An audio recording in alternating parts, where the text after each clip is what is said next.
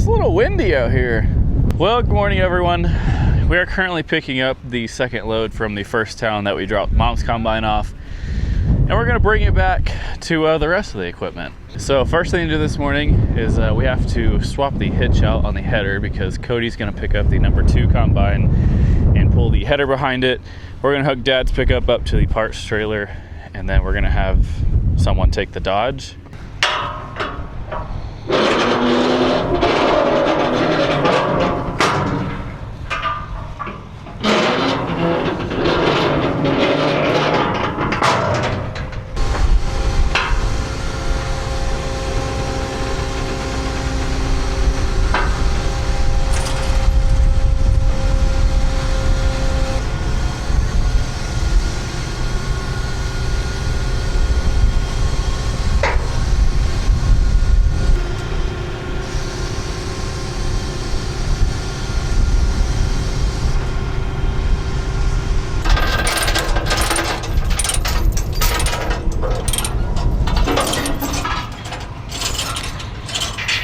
Like 10 feet.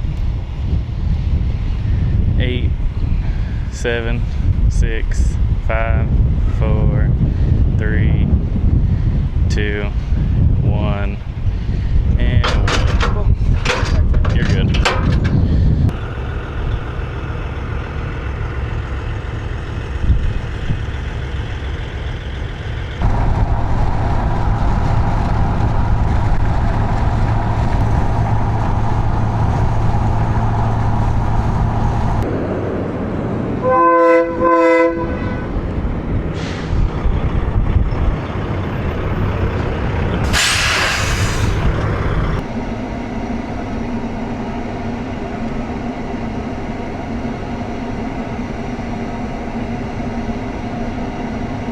Well, we're getting the duals put on.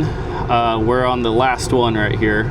Normally the farmer has a front end loader or something like that that we can use our attachment for, but we're at a cotton gin right now. I don't know if they have one or not, but you know, we can put it on by hand, no problem. But it is easier if we have a front end loader and use our little rolling attachment, but we're making do with what we have.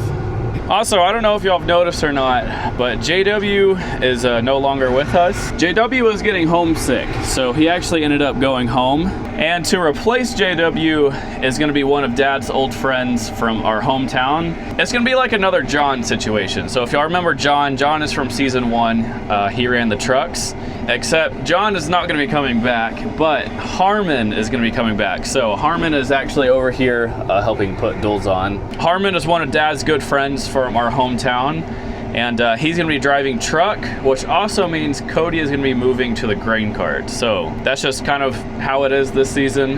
One of the hardest thing about being on a custom harvesting crew is getting homesick. That's why a lot of people don't want to do it, is because they don't want to be on the road, you know, 9, 10, 11 months out of the year. You know, it kind of is what it is. No one is tied down out here on harvest. You can go home whenever you please, and that's just kind of how it is. It's not the first time, and it definitely won't be the last time. It's just kind of is what it is. But they're almost done putting the duals on. Actually, never mind, we just now finished. I'm gonna go slap the dual carrier on the combine trailer because more than likely we will not be loading at this gin. We have another job that's like 50 miles away from here or so, and I think we're just gonna road the combines rather than loading them again. So we're gonna keep the duals on. Therefore, we have to load the dual carriers on the combine trailer because it won't fit on a pickup or anything like that. Also, the single wheel on the dual carrier, I don't know what we're gonna do with that just yet. We might have to put that on the drop deck. I don't know, we'll see. Well, we got everything field ready, and I guess we're gonna move fields. Dad is taking all of the truck drivers and taking them to the elevator and showing them, you know, the roundabouts for that. My magnet just fell off. So, we're gonna get going for the day. Dibs, load up. Good job. So, we're gonna get going for the day. Oh, my master switch is off. Dang it. See, if the master switch was inside the cab, I would not have to be walking around.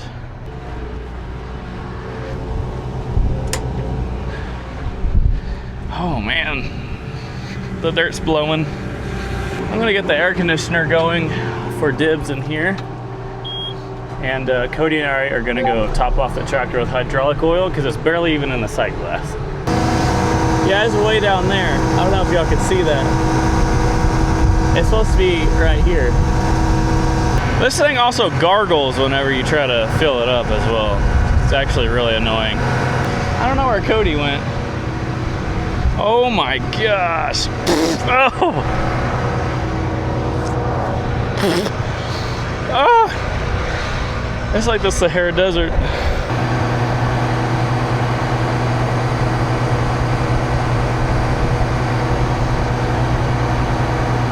Well, we got the tractor filled up with hydraulic oil. It was really low, actually. I think it was like almost 8 gallons low. But we got that filled up, and now we're on the road going to the first field. So kind of how the plans are going to be so far. There's about maybe 4.5, 5 circles-ish where we're going. The reason I say ish is because someone accidentally came in there and tried to swath it.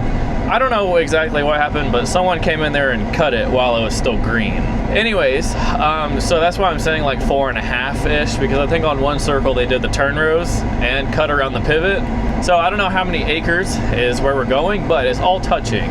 So all the pivots are in one area, so we're gonna put on the headers, cut all of it, and then we're gonna pull the headers off. And then we have like a 50-mile move.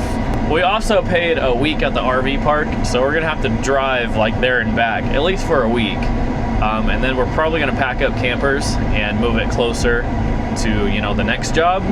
But anyways, we're gonna go out to the field and cut a sample.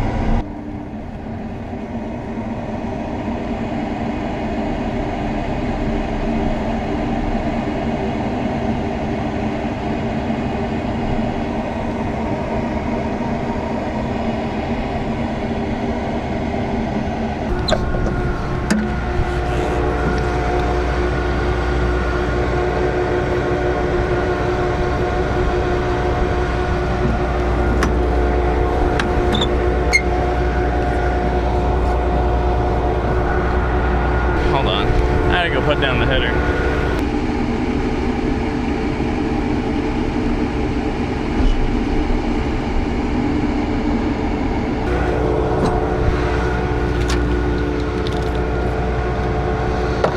Oh, it is hot outside. I think today it's supposed to be like 103 or something.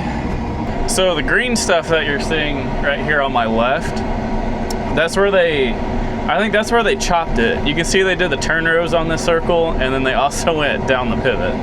Dad is over here on the right, cutting on this circle. I guess we're gonna start on it. Ground, try to stay above these weeds the best you can. The weed pressure is starting to come up pretty quick, so we're gonna hurry up and get this out before it rains.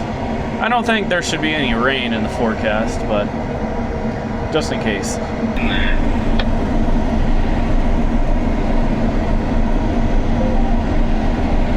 Kind of loud, the new sickle is, so. Getting down in the 12s now. Lots of green berries in my sample.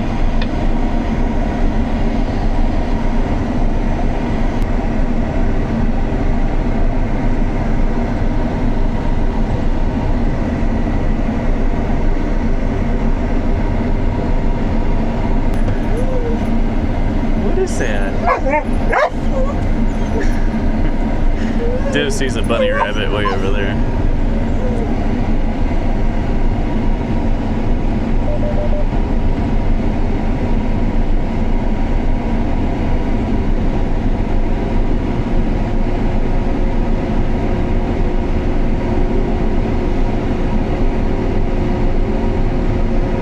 There's like a random spot in the circle that is making really good. Right here, it's making almost 120 bushel. Not exactly sure why, but it's making like 30s and 40s the rest of the way, and it's like boom, 120. But this is planted in a circle, so we're using circle track and going around it. If we cut it straight like we normally do, like on a 90 or a 0 or anything like that, going across the drill rows for a long ways and then finally getting with the rows is kind of hard on the sickle. So going in a circle like this is easier on the sickle to cut it.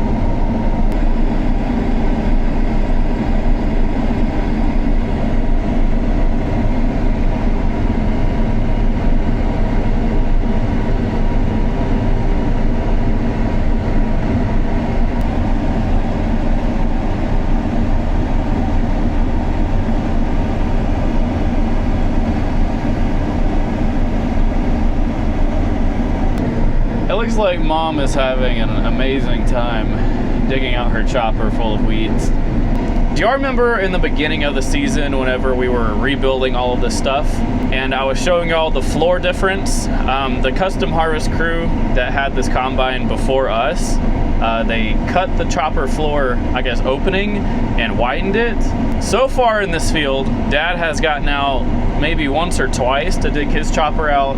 Mom is on about number 4. Me, I'm on 0. So I don't know if it's because I'm just getting lucky with my passes and I have less weeds than them, or if it's because the chopper opening on my combine is like 40% bigger. It's kind of hard to compare because, you know, pass for pass is not the exact same amount of weeds, but I would say it being opened up more definitely does help. Progress on the field is actually going by really quick. Cutting in a circle is probably the most efficient way to cut a pivot, mainly because on the outside rows you have like a mile, maybe like 3/4 mile. I don't know how long it would be. And then of course, you know, the more inward you go, the less length the rows are. But there's not a lot of turning around when cutting in a circle, so we're kind of skipping across this thing pretty quick.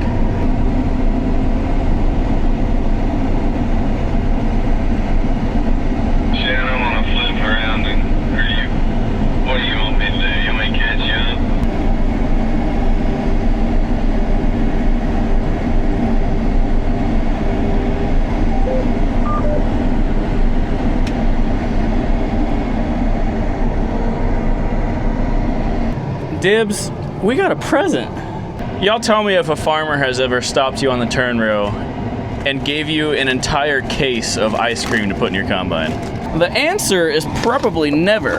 This is probably one of the nicest farmers that we've ever cut for. And this is the first time we've ever cut for him. Well, we got moved over to the next circle and I just got done doing a driven circle track, I think is what it's called. You pretty much drive the circle and then it's really just an A-B line, but curved. I don't know how to explain it. I'm gonna take a wild guess and say that every single field is gonna be drilled in a circle.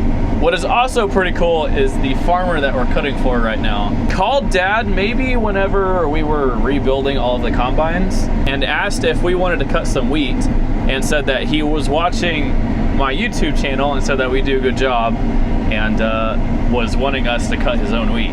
I just think it's really cool how someone was watching my video and then, you know, they just wanted us to cut our wheat. And now what are we doing? We're cutting his wheat. Like, I think that's so cool.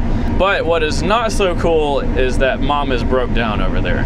Evidently there's a key on some sort of sprocket on the clean grain, I guess, elevator. When we were in South Texas, Dad's combine did the exact same thing. It stripped the key out and he just went over there and welded it solid.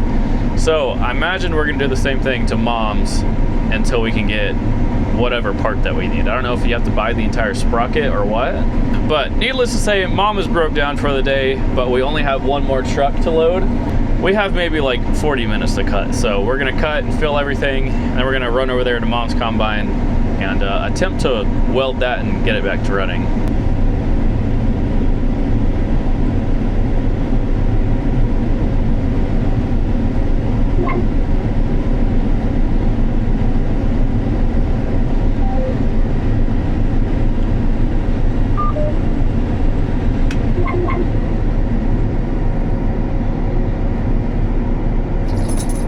Well, Mom, Dad, and Cody are currently over there welding up Mom's combine. So I don't know if they're done or not, but I have enough to fill Cody. But I think we're done for the day. I'm gonna come over here, dump on Cody, park, and yeah, I don't know. I guess tomorrow is gonna be a longer day. Today the elevator closed at 6 o'clock because not that many people are cutting in this area, but I think they said tomorrow that they're gonna stay open a little later for us, so hopefully we can knock out, I don't know if we can knock out the rest of this or not, but at least we can get a pretty good chunk out.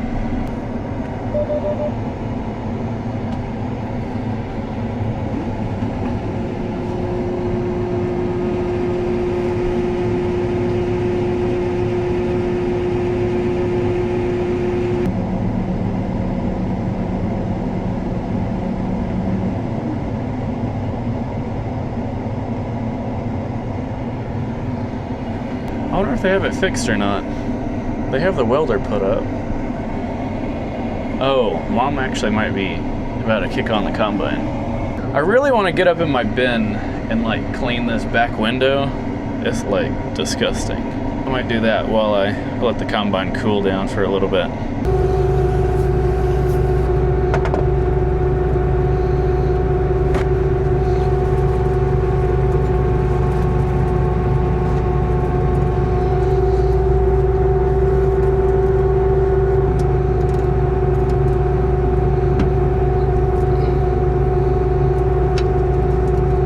The only bad part about cleaning this window is that your legs fall asleep. Pull this back and try not to shatter it. Wouldn't that be handy?